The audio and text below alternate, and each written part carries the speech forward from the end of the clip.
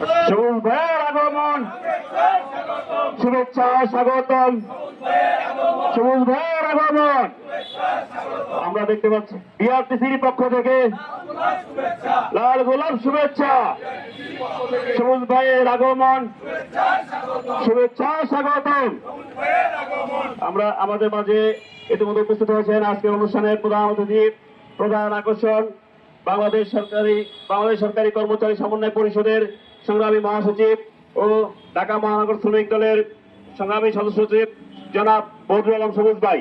সবুজ ভাইয়ের প্রতি সবাইকে করতালি দিয়ে অভিনন্দন।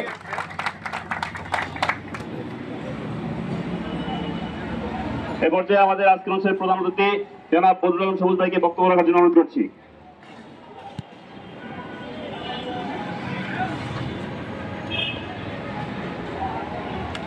বিসমিল্লাহির রহমানির রহিম। বাংলাদেশ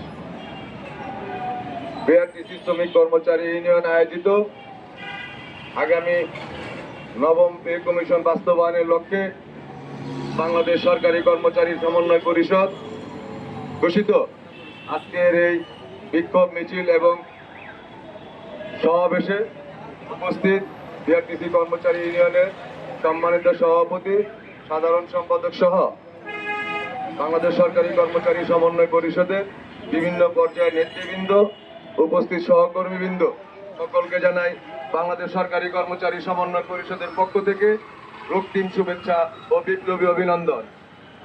সংগ্রামী বন্ধুগণ, আমি সর্বপ্রথম এই বাংলাদেশের স্বাধীনতা এবং সার্বভৌমত্ব রক্ষায় যে সকল ছাত্র শ্রমিক জনতা শহীদ হয়েছেন তাদের রুহের আত্মার মাগফিরাত কামনা করছি। এই আন্দোলনে যারা অসুস্থ হয়েছেন, পঙ্গুত্ব বরণ করেছেন তাদের সুস্থতা কামনা করছি এবং বাংলাদেশের স্বাধীনতা রক্ষায়, এদেশের মানুষের ভোটাধিকার গণঅধিকার রক্ষায় যে সকল ছাত্র শ্রমিক জনতারা এই রাজপথে আন্দোলন সংগ্রাম করে স্বৈরাচার সরকারকে পতন করেছেন তাদের প্রতি কৃতজ্ঞতা প্রকাশ করছি। সংগ্রামী বন্ধুগণ, আমরা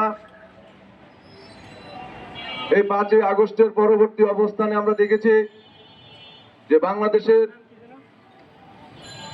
যে সকল ষড়যন্ত্রকারীরা বিগত দিনে এই স্বৈরাচার সরকারের দোসর হিসাবে চিহ্নিত রয়েছিলেন, তারা এখনো বিভিন্ন পর্যায়ে বিভিন্ন গুরুত্বপূর্ণ স্থানে তারা পদোন্নত অবস্থায় রয়েছে। আমরা বলতে চাই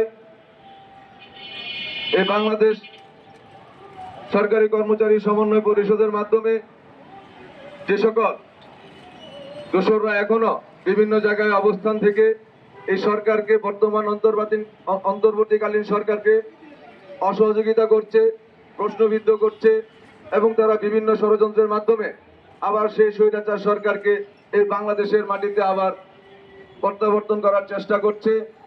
আমরা যেভাবে বাংলাদেশের সকল জনগণ, সকল কর্মচারী এবং ছাত্র শ্রমিক জনতার ঐক্যবদ্ধ হয়ে এই স্বৈরাচার সরকারকে পতন করেছি, তেমনি আবার তাদের এই ষড়যন্ত্রকে আমরা প্রতিহত করবো ইনশাল্লাহ। সংগ্রামী বন্ধুগণ, এই বৈষম্য বিরোধী আন্দোলনে, ছাত্র শ্রমিক জনতার গণ অভ্যুত্থানে এই স্বৈরাচার সরকার পতন হলেও তাদের দোসররা কিন্তু এখনো সক্রিয়। তারা বিভিন্ন রূপ ধারণ করে, তারা বিভিন্ন ছলা বলে কৌশলে তারা এখনো বিভিন্ন প্রতিষ্ঠানে গুরুত্বপূর্ণ জায়গায় থেকে কর্মচারীদেরকে এখনো নির্যাতন নিপীড়ন করে চালাচ্ছে। আমরা বলতে চাই, যেখানে কর্মচারীদের উপরে নির্যাতন হবে, নিপীড়ন হবে, অত্যাচার জুলুম হবে, সেখানে আমরা আন্দোলনের কর্মসূচি ঘোষণা করব। আমরা বলতে চাই, 5ই আগস্টের পরে যেভাবে আমাদের কর্মকর্তা বিন্দুদের ভূতপেক্ষ প্রমোশন হয়েছে, তাদের 3টি 4টি করে ইনক্রিমেন্ট বেড়েছে এবং তাদের যারা চাকরিচ্যুত ছিল তারা চাকরি ফেরত পেয়েছে। কিন্তু দুঃখের বিষয়, এই বৈষম্য বিরোধী আন্দোলনে যারা অংশগ্রহণ করেছে এবং এই বৈষম্য নিরসনে যারা এখনো রাজপথে আন্দোলন সংগ্রাম করে যাচ্ছে, সে সকল কর্মচারীদের কিন্তু কোনো ভাগ্যের পরিবর্তন হয়নি। এখনো আমরা দেখতে পাই বিভিন্ন প্রতিষ্ঠানে আউটসোর্সিং কর্মচারী, দৈনিক ভিত্তিক কর্মচারী, মাস্টার রোল কর্মচারী, এদের এখনো 3 মাস, 4 মাস, 5 মাস ধরে বেতন পাওয়া যাচ্ছে না।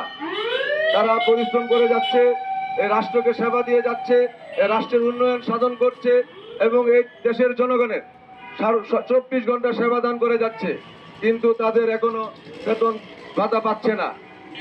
যদি একজন কর্মচারী 3 মাস 4 মাস 5 মাস বেতন না পায়, তাহলে তার পরিবার কিভাবে চলে? তার পরিবারের যারা সদস্য রয়েছে তাদের ভরণ পোষণ কিভাবে করে? তার পরিবারের ছেলে মেয়েদের লেখাপড়া কিভাবে চালায়? তার পরিবারের বাবা মা আত্মীয় স্বজন এদের চিকিৎসা কিভাবে চালায়? আমরা খুব কষ্টের মধ্যে রয়েছি। এমতো অবস্থায় 2010 সালে বাংলাদেশের কর্মচারীদের পে স্কেল ঘোষণা করার কথা ছিল, কিন্তু 2010 সালে লাস্ট পে স্কেল ঘোষণা করা হয়েছিল এবং 2015 সালে আবার পরবর্তী পে স্কেল ঘোষণা করার কথা ছিল, যেটা ছিল নবম পে কমিশন। কিন্তু আজকে 2025 সাল চলে, এই পর্যন্ত এই পে কমিশন গঠন করা বাস্তবায়ন করা হয়নি। এতে নিত্য প্রয়োজনীয় দ্রব্যমূল্যের ঊর্ধ্বগতিতে বর্তমানে যে বাজার থেকে আমরা নিত্য প্রয়োজনীয় দ্রব্যমূল্য ক্রয় করছি, সে বাজার দর বৃদ্ধি পেয়ে আমরা অতিরিক্ত দরে এখন নিত্য প্রয়োজনীয় দ্রব্যমূল্য ক্রয় করতে হয়। এতে আমাদের অনেক কষ্ট হয়ে যাচ্ছে। সরকারি কর্মচারীরা তাদের পরিবার পরিজন নিয়ে তারা ঠিকমতো বসবাস করতে পারছেন না, জীবন পরিচালনা করতে পারছেন না। এমনকি আগামী দিনে বাচ্চাদের বার্ষিক পরীক্ষা চলছে এবং এসএসসি এইচএসসি পরীক্ষা চলবে, তারা পরীক্ষার ফিস পর্যন্ত দিতে পারছে না। অনেক ছেলে মেয়েদের লেখাপড়া নষ্ট হয়ে যাচ্ছে। আমরা সরকারি কর্মচারী, নিম্ন আয় বেতনভুক্ত কর্মচারী, আমরা উন্নত চিকিৎসার ব্যবস্থা নিতে পারছি না। বর্তমান সময়ে আমরা সাধারণ চিকিৎসা নিতে পারছি না। আমাদের বাবা মা পরিবার পরিজনের সদস্যরা অসুস্থ হয়ে রয়েছে, কিন্তু আমরা তাদেরকে প্রয়োজনীয় চিকিৎসা দিতে পারছি না, প্রয়োজনীয় ওষুধপত্র আমরা কিনতে পারছি না। আমরা কিভাবে দিব চিকিৎসা? আমরা কিভাবে আমাদের ওষুধপত্র কিনবো, যেখানে আমরা বাজার করতে গিয়ে আমাদের বেতন শেষ হয়ে যাচ্ছে, আমরা অতিরিক্ত কোনো বেতন পাচ্ছি না। তাই আমরা বলতে চাই যে নবম পে কমিশন খুব দ্রুত বাস্তবায়ন করে এই কর্মচারীদের উপর যে নির্যাতন নিপীড়ন চলছে, এই দুঃখ কষ্ট লাঘব চাই। আমরা যতক্ষণ না পর্যন্ত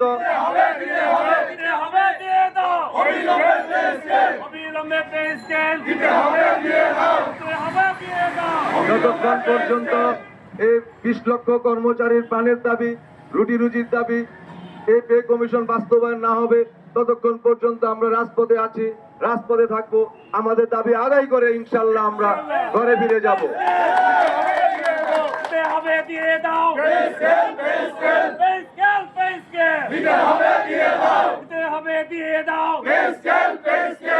সংগ্রামী বন্ধুগণ, ইতিমধ্যে আমরা বিভিন্ন জায়গায় শুনতে